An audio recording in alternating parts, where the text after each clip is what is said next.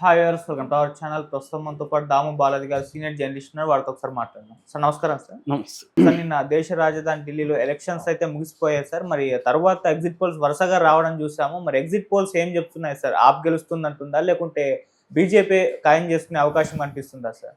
Exit polls majority exit polls BJP వస్తుందని చెప్తున్నాయి. కొన్ని మాత్రమే ఆప్ వస్తున్నాయని చెప్తున్నాయి.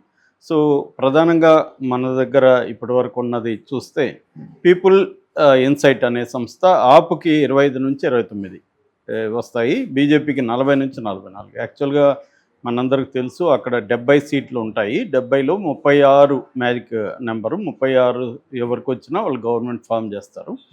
సో ఇక్కడ ఒక రకంగా ట్రయాంగిల్ బ్యాటిల్ అని చెప్పారు, కానీ కాంగ్రెస్ పెద్దగా అక్కడ ప్రజెన్స్ లేదు. ఎందుకంటే వాళ్ళు ముందే చేతులు ఎత్తేసారు. ఆపుతో వాళ్ళు కలవకూడదు అనుకున్నారు. రాహుల్ గాంధీకి ఏంటంటే ఒక పోటీగా రేపు ఇండియన్ దీంట్లో కూడా ఒక కూటమిలో ఒక పోటీగా ఈయన రేసులో ఉంటాడు. కాబట్టి ఇతను డౌన్ అయితేనే బెటర్ అన్నట్టుగా రాహుల్ గాంధీకి కూడా ఉంది. ఎవరు? కేజ్రీవాల్. అందుకని కేజ్రీవాల్ని ఓడించాలనేదే రాహుల్ గాంధీకి కూడా ఉంది. కాబట్టి కేజ్రీవాల్తో కలవలేదు. నిజానికి కలుద్దామని కాంగ్రెస్లో పెద్దలు చాలామంది చెప్పినా కూడా కలిసి ఉంటే ఖచ్చితంగా కూటమికి విజయావకాశాలు ఎక్కువ ఉండేవి. బట్ ఇప్పుడు ఆప్ సపరేట్గా, కాంగ్రెస్ సపరేట్గా, బీజేపీ సపరేట్గా పోటీ చేయడం అనేది బీజేపీకి కలిసి వచ్చిందని చెప్తున్నారు. సో అలాగే people survey, only KK survey మాత్రమే 39 వస్తాయి. కేకే సర్వే అంటే మన తెలుగు అబ్బాయి, మనకు అప్పట్లో అందరూ జగన్ ఎడ్జిలో అయినా జగన్ వస్తాడన్నప్పుడు క్లియర్గా కూటమి వస్తుందని చెప్పాడు. అలాగే మొన్న మహారాష్ట్రలో కూడా అతను చెప్పింది నిజమైంది. అతను మాత్రం 39 ఆప్కి వస్తాయి, అంటే కంఫర్టబుల్గా గవర్నమెంట్ ఫామ్ చేస్తుంది. ఓన్లీ బీజేపీకి 22 వస్తాయి. కాంగ్రెస్ అండ్ అదర్స్ 0 నుంచి 9 వరకు రావచ్చు అనేది కేకే సర్వే. ఇక చాణక్య స్ట్రాటజీ కూడా ఆప్కి 25 నుంచి 28 మధ్యలో ఉంటుంది. బీజేపీకి 33 నుంచి 37 వస్తాయి. పీపుల్ పల్స్ 10 నుంచి 19 ఆప్కి వస్తాయి. తర్వాత 51 నుంచి 60 వస్తాయి. ఇది అందరికంటే కూడా ఎక్కువ బీజేపీకి వస్తాయని చెప్పిన సంస్థ పీపుల్ పల్స్ అనమాట.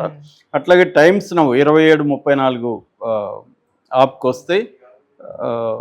బీజేపీకి 37-43. తర్వాత మ్యాట్రిజ్ 32-37 ఆప్కి వస్తాయి. 35-40. పీమార్క్ 21-31 ఆప్కి వస్తాయి. 39-49 బీజేపీకి వస్తాయి. జేవీసీ 20 నుంచి 31 టాప్కి వస్తాయి. 39 నుంచి 45 బీజేపీకి వస్తాయి. అంటే ఓవరాల్గా మెజార్టీ ఎగ్జిట్ పోల్స్ బీజేపీ వస్తాయని చెప్తున్నాయి. కొన్ని నెక్ టు నెక్, అంటే ఎవరు గెలిచినా కూడా నేరో మార్జిన్లో మాత్రమే గవర్నమెంట్ ఫామ్ చేసే అవకాశం ఉంది. ఎందుకంటే మనకి గతంలో చూసుకున్నప్పుడు 62 ఆప్కి వచ్చాయి లాస్ట్ ఎన్నికల్లో, 8 బీజేపీకి వచ్చాయి, కాంగ్రెస్ 0. అంటే ఇప్పటి వరకు అప్రతిహతంగా కేజ్రీవాలే సక్సెస్ఫుల్గా అక్కడ గెలవగలుగుతున్నాడు. ఢిల్లీ అనేది మనకు తెలుసు భారతదేశానికి గుండెకాయ లాంటి ఇది, కాబట్టి ఢిల్లీలో పీఠం కోసం కొట్లాడుతున్నారు. కేజ్రీవాల్ని రకరకాల పద్ధతుల్లో ఇబ్బంది పెట్టడానికి బీజేపీ ముందు నుంచి ట్రై చేస్తుంది. ఆయన్ని పర్సనల్గా జైల్లో పెట్టింది. ఆప్ నాయకులను అందరినీ, టాప్ నాయకులంతా జైల్లో పెట్టింది. ఆయన మీద మలిసియస్ ఒక క్యాంపెయిన్, విష ప్రచారం మొదలుపెట్టింది. దాని తర్వాత గవర్నమెంట్కి అధికారాలని చాలా వరకు తీసేసి అక్కడ లెఫ్టినెంట్ జనరల్ పెట్టి, లెఫ్టినెంట్ జనరల్ దగ్గరే అన్ని రకాల అధికారాలు ఉంచుకోవడం, లా అండ్ ఆర్డర్ దగ్గర నుంచి మున్సిపల్ వ్యవహారాల దగ్గర నుంచి అన్నీ ఉంచుకోవడం అనేది చూసాం మనం. అయినా కేజ్రీవాల్ బ్యాటిల్ చేస్తూనే ఉన్నాడు. పంజాబ్లో గవర్నమెంట్ ఫామ్ చేయగలిగాడు. గోవాలో కొన్ని సీట్లు వచ్చాయి. మిగతా నార్త్లో కూడా తన ప్రజెన్స్ని చూపించగలిగాడు కేజ్రీవాల్. ఆయనకి పర్సనల్గా మిస్టర్ క్లీన్ ఇమేజ్ ఉంది. మొన్న ఢిల్లీ లిక్కర్ స్కామ్ కూడా తన పార్టీకి ఆప్కి ఫండ్ తీసుకున్నారన్న అభియోగం తప్ప తను పర్సనల్గా తీసుకున్నారన్న అభియోగం ఆయన మీద లేదు. సో మేజర్గా ఢిల్లీలో ప్రధానంగా ఏంటంటే ఆపుకున్న ప్లస్లు మైనస్లు చెప్పుకోవాలంటే, ఆపు ముఖ్యంగా ఎడ్యుకేషన్ అండ్ హెల్త్, ఈ 2 సెక్టర్లో చాలా బాగా చేసింది అనేది ఆపుకున్న ప్లస్ పాయింట్స్. అట్లాగే ఫ్రీ పవర్, ఉచిత విద్యుత్ ఇవ్వడంలో కూడా ఇది ఉంది.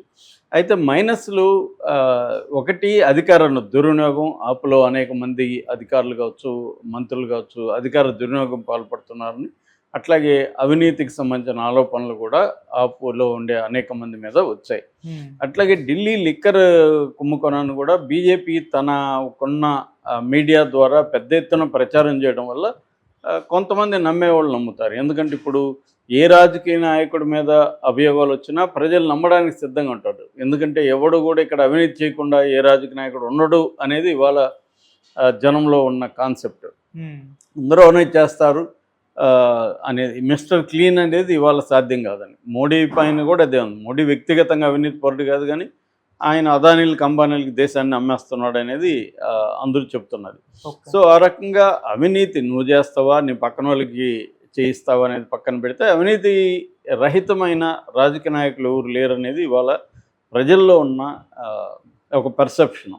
అందులో మ్యాక్సిమం వాస్తవం కూడా ఉంది.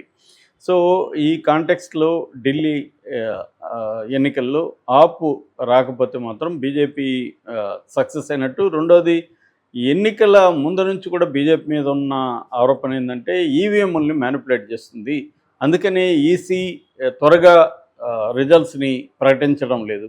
ఇక్కడ కూడా అదే జరిగింది. 6 గంటలకి ఎన్నికలు ముగిస్తే ఒకవేళ క్యూలో ఉన్నా, ఒక 1000 మంది క్యూలో ఉన్నా వాళ్ళు ఎంత ఓట్లు వేయడానికి ఎంతసేపు పడుతుంది. సో వీళ్ళు ఒక 2 రోజుల తర్వాత కానీ ఒక 70 సీట్లలో కూడా ఇమ్మీడియట్గా అనౌన్స్ చేయకపోతే ఇంకెప్పుడు అనౌన్స్ చేస్తారు.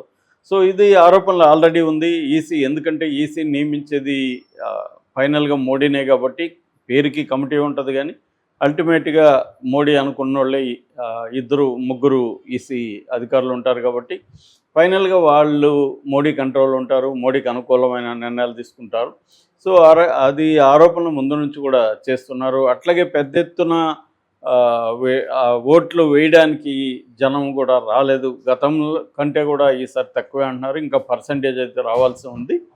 సో ఏదేమైనా కేజ్రీవాల్ ఓడిపోయే అవకాశాలు ఎక్కువ ఉన్నాయనేది చెప్తున్నారు, ఏదైనా మిరాకిల్ జరిగి గెలిస్తే తప్ప. సో ఎవరు గెలిచినా మాత్రం టైట్ రోప్ ఇదే ఉంటుంది, విన్ అనేది ఉంటుంది. మంచి మెజారిటీతో అయితే ఇక్కడ గవర్నమెంట్ ఫామ్ చేసే పరిస్థితి లేదు. కాకపోతే సింబాలిక్గా కేజ్రీవాల్ గెలిస్తే మాత్రం బీజేపీకి కొంత ఇబ్బంది వచ్చే అవకాశం నార్త్లో కూడా. ఎందుకంటే అందుకనే చాలా పట్టుదలతో బీజేపీ మొత్తం తమ నార్త్ ఇండియా నాయకులంతా మోహరించింది. దాంతోపాటు సౌత్ ఇండియా వాళ్ళని కూడా తీసుకెళ్ళి మన చంద్రబాబును కూడా లాస్ట్ మీట్లో అక్కడ మీటింగ్ పెట్టించారు. ఈవెన్ పవన్ కళ్యాణ్ కూడా తీసుకెళ్దామంటే ఆయన స్పాండిలైటిస్ అండ్ హెల్త్ ఇష్యూస్ ఆయనకు ఉండడం వల్ల ఆయన వెళ్ళలేకపోయారు, రెస్ట్ తీసుకుంటున్నారు. సో అందువల్ల చంద్రబాబుని అక్కడికి తీసుకెళ్లారు. అంటే అన్ని రకాల అస్త్రాల్ని బీజేపీ ఢిల్లీ పీఠాన్ని గెలుచుకోవడం కోసం ఉపయోగించింది. ఇటు ప్రభుత్వ యంత్రాంగం దుర్వినియోగం కావచ్చు, ఇటు రాజకీయ నాయకుల్ని యోగి లాంటి వాళ్ళని అక్కడ మోహరించడం కావచ్చు, అట్లాగే ఒక విష ప్రచారాన్ని ఎప్పటి నుంచో కేజ్రీవాల్ మీద చేయడం కావచ్చు, కేజ్రీవాల్ అండ్ నాయకులు ప్రజల్లో తిరగకుండా జైళ్ళలో బంధించడం కావచ్చు, అనేక రకాల ఎత్తుగడల్ని బీజేపీ అక్కడ ట్రై చేసింది. సో దాని ఎత్తుగడలు ఫలించే అవకాశం ఉంది. అలా ఫలిస్తున్నప్పుడు ఏంటంటే ఒక బ్యాడ్ ఇదేంటంటే వీళ్ళు ఇదే ఎత్తుగడల్ని మిగతా అన్ని చోట్ల కూడా చేసుకుంటూ వస్తున్నారు. ఇది మరొకసారి సక్సెస్ అయితే